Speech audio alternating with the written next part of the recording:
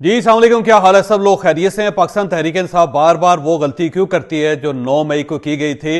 अब जो दो हमारे ऑफिसर शहीद हुए हैं, उसके साथ 3 जवान शहीद हुए हैं, उसके ऊपर जो ट्रोलिंग की गई और उसका जो रद्द अमल आ रहा है वो हम आपको आज के वीलाक में बताएंगे। और ये भी सवाल उठाएंगे कि पाकिस्तान तहरीक इंसाफ को आखिर मसला क्या है, बार बार एक ही गलती क्यों की जाती है, और क्या वाकई ये पाकिस्तान तहरीक इंसाफ कर रही है या फिर इनके बिहाफ पे कोई और लोग कर रहे हैं। ये भी हम आपको आज के वीलाक में बताएंगे।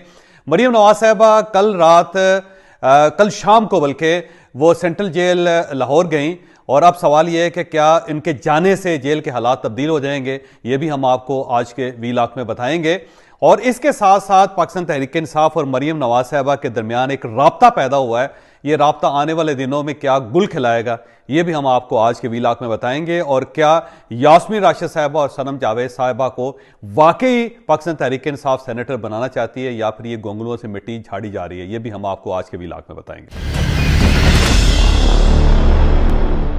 हम सबसे पहले पाकिस्तान तहरीक इंसाफ और मरीम नवाज साहबा के दरमियान जो एक राब्ता हुआ उस पर बात करेंगे। कल मलिका बुखारी साहबा की तरफ से एक ट्वीट आई जिसमें उन्होंने कहा कि मेरी हमशीरा जो मुझसे बड़ी हैं वो शदीद अलील हैं और वो आखिरी सांसें ले रही हैं, और मैं अपनी मरती हुई बहन से मिलना चाहती हूँ, उसको देखना चाहती हूँ, लेकिन मुझे अलाउ नहीं किया जा रहा कि मैं पाकिस्तान से बाहर जा सकूं क्योंकि मैं no fly zone, no fly list के अंदर हूं, और इस वजह से ज़ाहिर है मेरा ये जो राइट है उसे सलब कर लिया गया है और मुझे ये मेरा हक नहीं दिया जा रहा। उसके ऊपर मरीम नवाज साहबा ने फौरी तौर पर रद्द अमल जाहिर किया। तो उन्होंने कहा था जी आपका हक है, आपको चाहिए कि इमीडिएटली आप थ्रू प्रॉपर चैनल आएँ, उससे आपका ये मसला हल हो सकता है। फिर उसके बाद वाकई ही मलिका बुखारी साहबा का नाम जो है नो फ्लाई लिस्ट से निकल गया, और उसके बाद उनको अलाउ कर दिया गया कि वो मुल्क से बाहर जा सकती हैं, शायद एक मरतबा जा सकती हैं और अपनी हमशीरा के साथ मुलाकात करके फिर वो पाकिस्तान वापस आ सकती हैं। और उसके बाद मलिका बुखारी साहबा ने फौरी तौर पे मरीम नवाज साहबा का शुक्रिया भी अदा किया और ये भी कहा कि आपका जो फौरी रद्द अमल है उसने मैं उसका शुक्रिया अदा करती हूँ और मैं ममनून हूँ कि मुझे अलाउ कर दिया गया और मेरा नाम नो फ्लाई लिस्ट से निकाल दिया गया। तो ये बड़ी अच्छी बात है। मेरा ख्याल है ये एक बड़ी हेल्दी और ज़बरदस्त किस्म का एक डिबेट है और हेल्दी किस्म का एक जेस्चर है जो इस सोसाइटी के अंदर होना चाहिए था।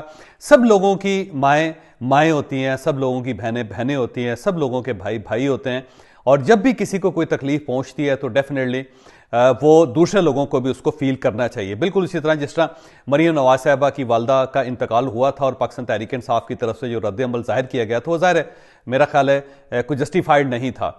उस वक्त इन सब को भी ख्याल रखना चाहिए था कि जो कुछ इन्होंने मरीम नवाज साहबा की वालदा के बारे में कहा था या मियां नवाज साहब की अहलिया के बारे में कहा था, उस वक्त भी इन्हें इन सब लोगों को अपना दिल बड़ा करना चाहिए था। बहरहाल वो ट्रेन ये लोग मिस कर गए और उसके बाद ज़ाहिर अगली ट्रेन आई, और अब जो मरीम नवाज साहबा ने जो जेस्चर दिखाया वो बड़ा ज़बरदस्त है और इसको इसी तरह आगे चलना चाहिए, आगे बढ़ना चाहिए, ताकि पाकिस्तान के अंदर एक रवादारी, जो एक माशरती रवादारी पाकिस्तान के अंदर है, एक इस्लामी माशरती रवादारी जो पाकिस्तान के अंदर है, उसको जारी और सारी रखा जा सके। तो मैं पहली बात तो ये है कि मलिका बुखारी साहबा को मुबारकबाद पेश करता हूँ कि उन्होंने अपना इशू ट्विटर पर उठाया, और उसके बाद मरीम नवाज साहबा का भी मैं शुक्रिया अदा करना चाहता हूँ, उनको अप्रिशिएट करना चाहता हूँ कि उन्होंने बड़े खुले दिल के साथ एक औरत होने के नाते दूसरी औरत के दुख को महसूस किया।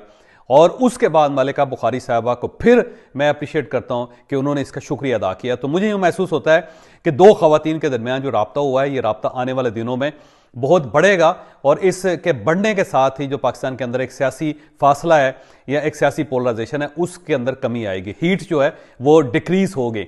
अब इसके साथ साथ मरीम नवाज साहबा को चाहिए कि जो पाकिस्तान तहरीक इंसाफ की बाकी खवातीन हैं उनके बारे में भी वो सोचें। मसलन यास्मीन राशिद साहबा हैं, उनकी उम्र 73-74 साल है, बुजुर्ग खातून है, डॉक्टर भी हैं, और उनके साथ जो कुछ हो रहा है वो आपके सामने है।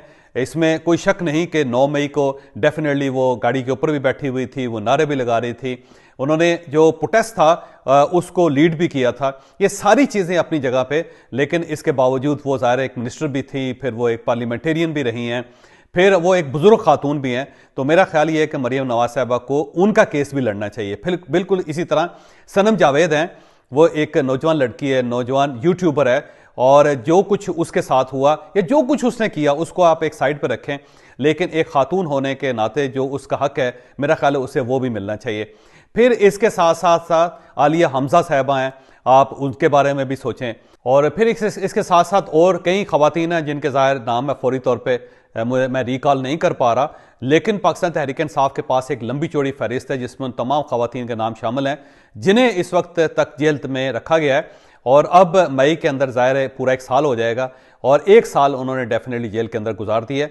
तो मेरा ख्याल है जो खवातीन का हक है उन्हें वो हक मिलना चाहिए। जिस तरह मलिका बुखारी साहिबा के लिए मरीम नवाज साहिबा ने बड़े खुले दिल का मुजाहरा किया, तो एक खातून होने के नाते उन्हें दूसरी खवातीन के बारे में भी इसी तरह सोचना चाहिए। तो ये अगर सोचेंगी तो उससे ये जो एक पॉलिटिकल टेम्परेचर है वो डाउन होगा, और जब डाउन होगा तो उससे फिर मुल्क चलना शुरू कर देगा। और अगर ना भी हो डाउन, फिर भी एक खातून को दूसरी खातून के बारे में सोचना चाहिए। तो मरीम नवाज साहिबा को ये चैप्टर भी खोलने चाहिए।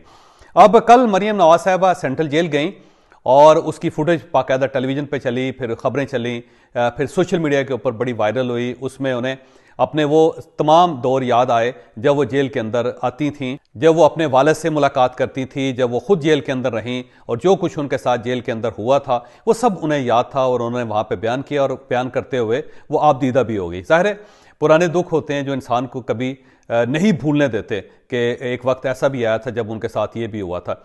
मेरा ख्याल है मरीम नवाज साहिबा ने जेल के अंदर जाके अफ्तारी करके बड़ा अच्छा काम किया, लेकिन क्या सिर्फ अफ्तारी कर लेना काफ़ी है? क्या एक जेल की एक विजिट कर लेना काफ़ी है? क्या ख़वातीन को समोसे खिला देना काफ़ी है? क्या उन्हें चूड़ियों को तोहफा दे देना, या ईद के ऊपर उन्हें कपड़े दे देना, या मर्दों के बारे में ये ऐलान कर देना कि उन्हें भी ईद के कपड़े मिलेंगे और उनको ये सहूलतें मिलेंगी, क्या ये काफ़ी है? क्या उनके लिए ज़्यादा नहीं सोचना चाहिए? क्या मरीम नवाज साहिबा को वहाँ बैठ के ये अंदाज़ा नहीं हुआ कि जेलों के अंदर क्या क्या सलूक होता है लोगों के साथ, और कहाँ कहाँ सोसाइटी के अंदर नाइंसाफ़ी, और उस नाइंसाफ़ी का ये नतीजा निकल रहा है कि ख़वातीन, हमला ख़वातीन भी जेल के अंदर जाती हैं, वहीं पे बच्चे पैदा करती हैं और बच्चे उसी जेल के अंदर परवान चढ़ के बड़े होते हैं। फिर जो बेगुनाह लोग हैं जब वो जेलों के अंदर जाते हैं तो उनके साथ क्या होता है? बड़े मामूली जराइम के अंदर थोड़े थोड़े जुर्मानों की वजह से लोग 10-10 साल जेलों के अंदर रहते हैं और वहाँ पे उनकी पूरी ज़िंदगी गल जाती है। फिर उनकी फैमिलियों के साथ क्या होता है? जिस तरह ख़वातीन अपने खामदों से मिलने के लिए, या अपने भाइयों से मिलने के लिए, अपने वालिद से मिलने के लिए जेल जाती हैं, और जिस तरह उन्हें हजीमत का सामना करना पड़ता है, बेइज्जती का सामना करना पड़ता है, रश के अंदर उन्हें खड़ा होना पड़ता है, वहाँ धूप में खड़ा होना पड़ता है, सड़क के ऊपर जलील होती हैं, और अपने वालिद को, अपने भाई को दवाइयाँ देने के लिए या घर के बने हुए लड्डू देने के लिए जिस तरह उनकी हरासमेंट होती है वो सारी दुनिया जानती है। तो मरीम नवाज साहिबा को चाहिए कि वंस फॉर ऑल कम से कम जेलों का सिलसिला ज़रूर ठीक करते हैं। वहाँ पे वेटिंग रूम्स बनवा दें, वहाँ पे अंदर चाय खाने बनवा दें, वहाँ पे जो ख़वातीन हैं कम से कम उनके लिए, उनकी बहाली के लिए कोई एक कदम उठाया जाए, उनकी सज़ाएँ कम कर दी जाएँ, उनकी सज़ाएँ माफ़ कर दी जाएँ, या फिर उन्हें फैमिली के साथ ये रीयूनियन करने का मौका दिया जाए। तो मेरा ख्याल ये है कि मरीम नवाज साहिबा को थोड़ा सा वसी और कल्बी के साथ सोचना पड़ेगा। वो कम से कम लाहौर की जेलें ठीक कर दें या रावलपिंडी की जेलें ठीक कर दें, ये ऐलान कर दें कि पाकिस्तान के अंदर तो मैं नहीं सारा मामला ठीक कर सकती, लेकिन कम से कम जो बड़े शहर हैं पंजाब के, उनकी जेलों के हालात ठीक कर दिए जाएंगे। या फिर जो छोटे जराइम के अंदर मुलव्वस ख़वातीन हैं या कैद के जेलों के अंदर बंद हैं, उनके लिए कोई पॉलिसी बना के उन सबको रिहा करवा दें। ये कोई ना कोई ऐसे रिफॉर्म्स उनको करने चाहिए जो इमीडिएटली नज़र आएँ, जिससे जेल का माहौल तब्दील हो सके। और ये नहीं तो वहाँ पे बाकायदा ट्रेनिंग इंस्टीट्यूट्स बना दिए जाएं और उनको मॉडर्न ट्रेनिंग दी जाए ताकि वो लोग वहाँ पे बैठ के भी काम सीख सकें, और जब वो सोसाइटी के अंदर आएँ तो एक मफ़ी शायरी बन सकें। तो मेरा ख्याल है मरीम नवाज साहिबा को एक वसीउल कल्बी का मुजाहरा करते हुए प्रॉपर प्लान करना चाहिए। सिर्फ समोसे खिला देना या चूड़ियाँ दे देना या फिर कपड़े दे देना ये काफ़ी नहीं है। ये एक बार की विजिट है, इससे कोई फ़र्क नहीं पड़ेगा। इससे पहले भी हुक्मरान जेलों में जाते रहे हैं और वहाँ वो इस किस्म के मुजाहरे करते रहे हैं, लेकिन उससे कोई फ़र्क नहीं पड़ा। मतलब भुट्टो साहब से लेके मियां नवाज शरीफ साहब तक कौन कौन सा सियासतदान है जो जेल नहीं गया लेकिन बाहर आके उसने कुछ नहीं किया। तो आपको चाहिए कि जो वाक़या आपके साथ पेश आया उसके बाद आप कोई इस किस्म की पॉलिसी बनाएं कि किसी और के साथ वो वाक़या पेश ना हो, और अगर किसी और के साथ ऐसी मुसीबत आए उस पर या उसके साथ कोई ऐसा वाक़या पेश हो तो कम से कम उसके जो बुनियादी हकूक़ हैं वो उसको मिले। तो एक पॉलिसी बनाना हुक्मरान का काम होता है। हुक्मरान का काम समोसे खिलाना या चूड़ियाँ देना या कपड़े देना या फिर खजूरें पेश करना या दुआएं करना नहीं होता। आप बाकायदा एक पूरा सिस्टम बनाएं जिससे इस पूरे माशरे के अंदर तब्दीली आ सके, फिर आपका ये कमाल होगा। इसके साथ साथ कल एक वाकया पेश आया।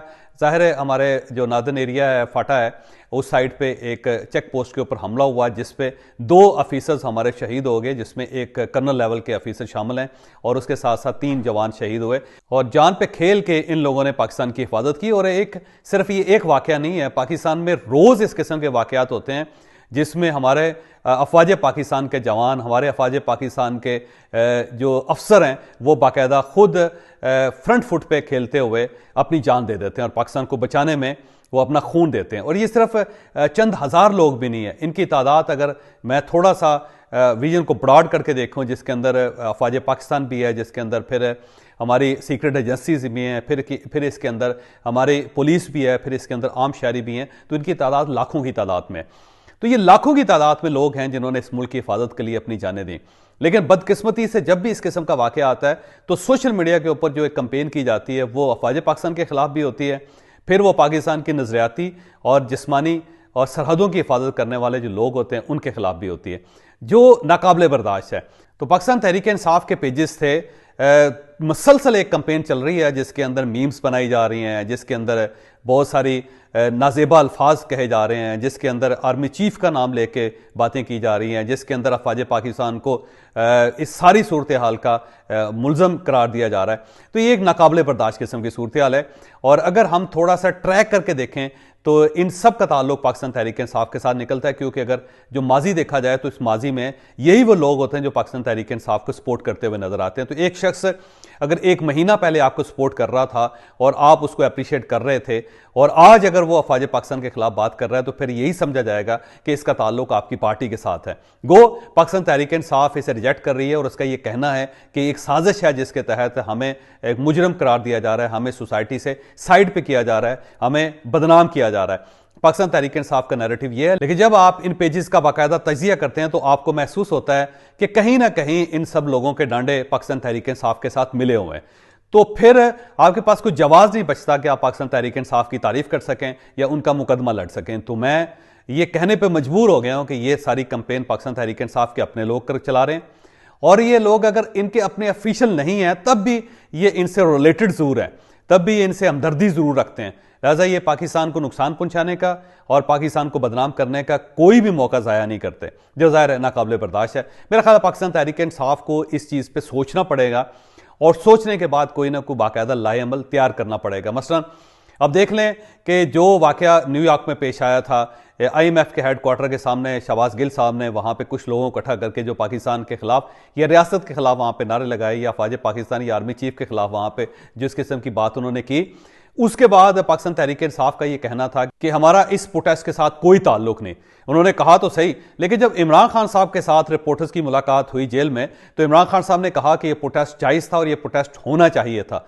तो इसका मतलब ये हुआ कि IMF के सामने, दफ्तर के सामने जो कुछ हो रहा है वो इमरान खान साहब की मर्जी से हो रहा है, और अगर उनकी मर्जी से नहीं भी हो रहा तो इमरान खान साहब उसे पसंद कर रहे हैं। तो फिर आप ये कैसे कह सकते हैं कि पाकिस्तान तहरीक इंसाफ जो है वो एंटी स्टेट नहीं है या वो स्टेट से हमदर्दी रखती है? तो जब आप खुद इसको ऑन कर रहे हैं तो फिर उसके बाद फिर कोई जवाब बचता नहीं, फिर कोई दलील बचती नहीं है। तो पाकिस्तान तहरीक इंसाफ को फैसला करना पड़ेगा। तो यहाँ पे एक कन्फ्यूजन है कि पार्टी के कुछ लोग जो हैं वो समझते हैं कि हमें ये हरकत नहीं करनी चाहिए, लेकिन इमरान खान साहब और उनके चाहने वाले जो उनके इंतहाई करीब हैं वो ये समझते हैं कि किसी जगह पे भी अगर स्टेट को नुकसान पहुंच सकता है तो हमें पहुंचा देना चाहिए, क्योंकि इमरान खान साहब जेल के अंदर हैं। तो ये एक चीज़ ये है जिसके बारे में पाकिस्तान तहरीक इंसाफ को सोचना पड़ेगा। फिर पाकिस्तान तहरीक इंसाफ की तरफ से बार बार ये कहा जा रहा है कि 9 मई के जो जिम्मेदार हैं हमारा उनके साथ कोई ताल्लुक नहीं, और अगर इनमें से कोई शख्स मुजरम है तो उसे सजा दी जाए। ये पाकिस्तान तहरीक इंसाफ का नैरेटिव है। लेकिन जहां पे सजा का वक्त आता है या जहां पे कोई कम कदम उठाने का वक्त आता है तो ये फौरी तौर पर 9 मई के जो जिम्मेदार हैं उनके साथ खड़े हो जाते हैं। मसलन अभी जो सेनेट का इलेक्शन हो रहा है उसमें यास्मीन राशिद साहिबा को पाकिस्तान तहरीक इंसाफ ने टेक्नोक्रेट की सीट पर खड़ा कर दिया है और सरम जावेद साहिबा जो हैं उसे खवातीन की जो सीट है उसके ऊपर खड़ा कर दिया। और ये बात दुरुस्त है कि पाकिस्तान तहरीक इंसाफ के पास इतने लोग नहीं हैं, इतने MNAs या MPs उनके पास नहीं हैं कि वो सनम जावेद साहबा को इलेक्ट करवा सकें और या वो यास्मीन राशिद साहबा को इलेक्ट करवा सकें। तो इन दोनों को इलेक्ट नहीं करवा सकेंगे, वो ये दोनों असम्बली में नहीं पहुंच सकेंगे, नेशनल असम्बली में। लेकिन इसके बावजूद उन्होंने सनम जावेद को नामजद भी किया और साथ यास्मीन राशिद साहबा को नामजद किया। तो ये दोनों कौन है? ये दोनों वो लोग हैं, ये दोनों वो खवातीन हैं जिनके साथ मुकम्मल हमदर्दी के बावजूद मैं ये कहने पर मजबूर हूं कि इनके ऊपर 9 मई की जिम्मेदारी आयद होती है और ये लोग बाकायदा गिरफ्तार हैं और इनके खिलाफ बाकायदा ट्रायल चल रहा है। तो एक तरफ जब आप ये कहते हैं कि 9 मई के जो जिम्मेदार हैं उनको सजा दी जाए, हमारा उनके साथ कोई ताल्लुक नहीं है, लेकिन जब यास्मीन राशिद साहिबा और उसके साथ साथ आलिया हमजा साहिबा और उसके साथ साथ सनम जावेद साहिबा की जब बारी आती है तो फौरी तौर पर पाकिस्तान तहरीक इंसाफ उनको टिकट्स भी जारी करती है और उनके पीछे भी खड़ी हो जाती है। तो ये फैसला करना पाकिस्तान तहरीक इंसाफ के लिए ज़रूरी है कि क्या वो वाकई इन लोगों के साथ है या वो इन लोगों के खिलाफ है, या वो 9 मई के वाक़यात को पाकिस्तान के खिलाफ साजिश समझते हैं या फिर उसे हक बजानब समझते हैं कि ये वाक़या हुआ था और इस किस्म का वाक़या होना चाहिए। तो पाकिस्तान तहरीक इंसाफ की ये कन्फ्यूजन भी खत्म होनी चाहिए। मुझे यूँ लगता है कि 9 मई को बाकायदा ऑन करते हैं और ये उससे साइड पे होने के लिए तैयार नहीं। और ये इसके साथ साथ IMF को अगर पाकिस्तान को रगड़ा लगाना चाहता है तो पाकिस्तान तहरीक इंसाफ को कोई एतराज़ नहीं। पाकिस्तान तहरीक इंसाफ चाहता है कि IMF पाकिस्तान के साथ कोई बेहतर एग्रीमेंट ना कर सके, पाकिस्तान को कोई खास फ़ायदा ना हो। तो पाकिस्तान तहरीक इंसाफ को ये फैसला करना पड़ेगा कि रियासत के साथ है या फिर ये रियासत के साथ नहीं है। इस तरह यह मामला नहीं चल सकेगा।